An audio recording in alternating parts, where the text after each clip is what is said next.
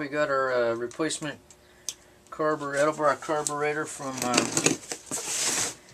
well-known online auction site. So let's see what we got here.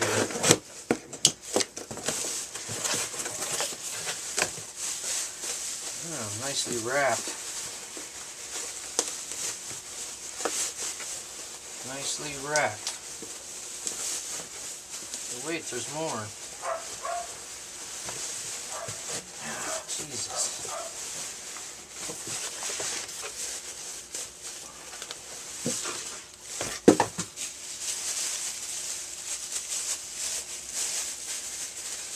Pretty exciting.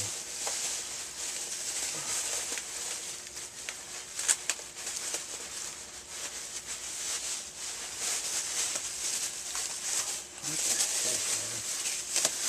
Alright.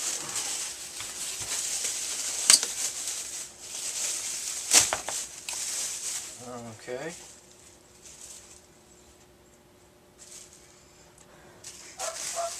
That's one fresh smelling carburetor. Look at that. Wow.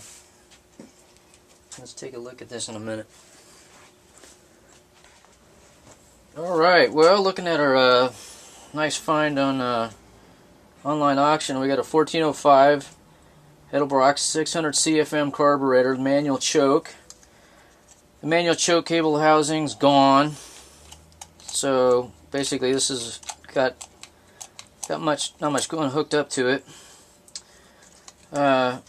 From the date code, from what I figured out, this was says 1053, which means I believe it was manufactured on 2001 on the 53rd day of the year, so that would put us at about March of 2001. And it has the older style air bleed fuel mixture screws, and we have some stuck linkage here, a little gummed up. It smells like it's been sitting in carb cleaner for about a week. It's got some rigged linkage with a little electrical fitting here, and the secondaries are completely locked up. So definitely gonna have to take this one apart. What do you want for 65 bucks? But I happen to have an Edelbrock Performance Series rebuild kit and chrome fuel inlet tube once we get this sucker put back together. So definitely got my work cut out for me. That's it, man. New carburetor. Alright, well, I cracked open that rebuild kit, but I gotta tell you, these instructions, heck of a lot better than the Eichlin or the Walker that we had for our Motorcraft 4300. Everything I need should be in here, so time to get busy. Look at that, man. I'm ready. Alright. Alright, so I followed the directions so far, and now I'm supposed to lift off the top half of the air horn, and it'll reveal some hidden secrets for me as far as what I got on the inside. So let's check it out. Accelerator pump, gotta drop down. Right, famous last words, right? Oh, linkage is sticking up there.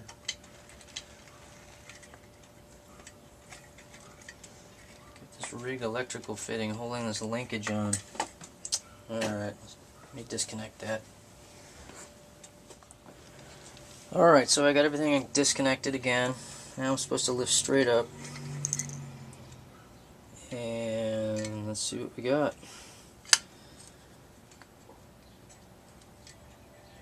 This float looks a little wacky. I'll probably look into getting float replacements. This thing's definitely seen some use. It looks like it can be fixed. So, it smells really good. Alright, let's check out the secondaries. Alright, well, I got the top half off. And notice that our needle and seat assembly is had a little bit of dirt in there. Definitely this carburetor had never been rebuilt or cleaned thoroughly. The fuel inlet passage on this side seemed to work okay, but when the time I got over here it's already fouled up. But otherwise we'll clean this up and it should be ready to go. Alright, I've been digging into this. These are the primary Venturi assemblies. I'm going to have to get some carb cleaner spray and just go to town on this. This is a complete mess. Those are the primaries. I still have to take these off. This is the secondaries. I've already taken the Venturi assemblies out. For some reason I can't get the secondary plates to open up again, but I think that's just, there we go. Definitely need some cleaning, so I'll have to hit that tomorrow night. Alright. These are the secondary Venturi. It's a complete mess.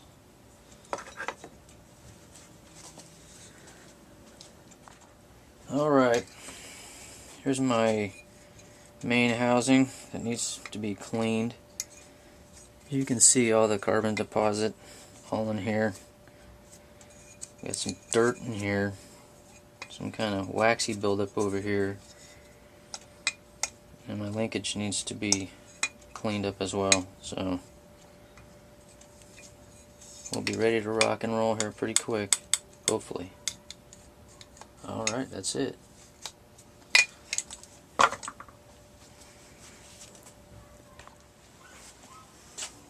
Alright, so now we got a clean carburetor base. Found out I'm missing a linkage over here on the left hand side for the secondaries. That's okay. I'll get that hooked up in here in a second. No more carbon buildup. Definitely much better. Loving that. Choke plate, much cleaner. I think we're set. We're ready to go. So let's put it together. Alright, well, we almost got it completely done. That's the choke bracket. I'm missing a screw here. I'll put this linkage on over here in a second. Got the air fuel mixture screws in.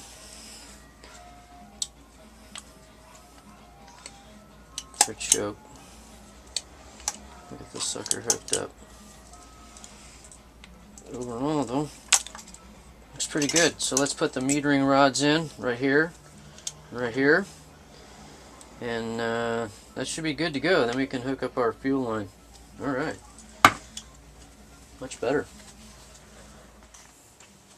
Alright, well, we got our metering rods screwed in right here and over here.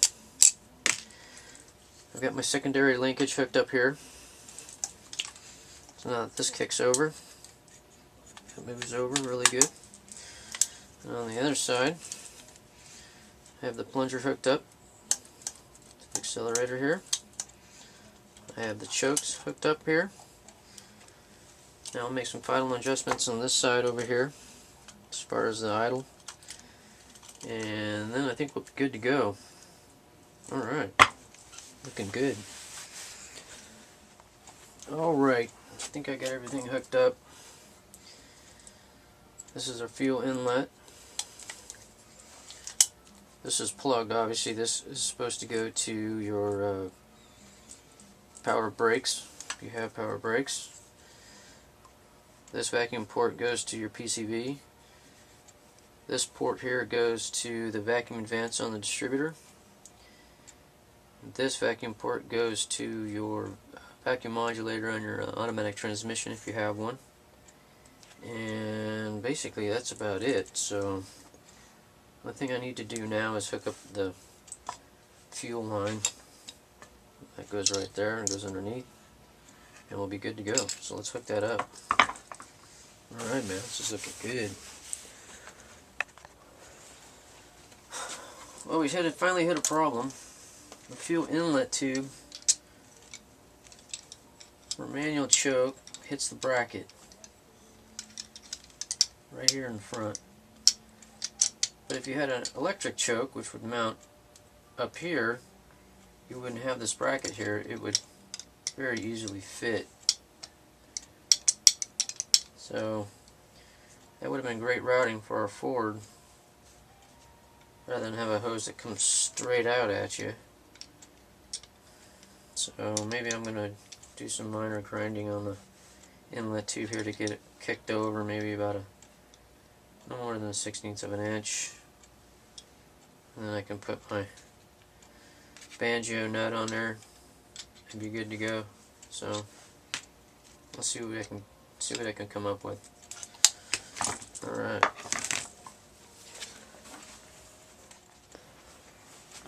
All I had to do was kick out my manual choke cable bracket, just pushed it out a little bit. Got the fuel line right in there. It's a tight fit. At least it lines up better now. And then I'll get a screw and a cable in there and get it set up. But for getting our 68 project going, I think it'll work just fine as is. So just should work out pretty good. This Edelbrock 600 CFM carburetor in the 1405. So cool. 65 bucks. Can't go wrong. Alright, well, I got the fuel line hooked up here with the banjo bolt. This is the manual choke cable. Seemed to work okay. Just pulled that out a little bit. Cable hook here. Hook up my choke. Comes out here to a barbed end. I'll have an inline filter over here probably. I have set my preset my air fuel mixture screws here, and just to get it going and get it tuned, and then I'll hook up a vacuum gauge to the front through one of these two ports. I forget which one. And once I get the car running, we'll check the vacuum for the best results. Everything else seems to be working just fine, so I'm pleased. So we'll get our project on the road here real soon, hopefully tomorrow. So cool. Let's make it work. Alright, well, I got the rebuilt carburetor sort of sitting here on top of a heat insulator right down here. But the problem's going to be right here. Nice. Doesn't quite fit, does it? That's going to be a problem. So I got to figure out a riser for this. And I looked in my pile of junk, and I do have one, but let's check it out. So I found my riser stud kit, which it's been sitting in my work bench area for the past 5 years. And do you think they'd come with nuts? You know, this part down here goes into the manifold, and the top part will go into up through the heat riser and the carburetor base. But no nuts with this kit. And what manufacturer is that? That's right, Spectre, the one we see everywhere. Thanks, Spectre. I'm sure glad I got this kit. No nuts, man. Machine thread, coarse thread in the intake. So good times. Looks like I gotta go find some machine thread nuts now. Great. Takes 5 steps forward and 3 back. I found my low budge heat riser kit. That'll probably kick it up enough, but made up of shims and gaskets. Probably not the best solution. I'm better off with a solid piece. So I think I might try that tomorrow at probably Team C up in Lakewood.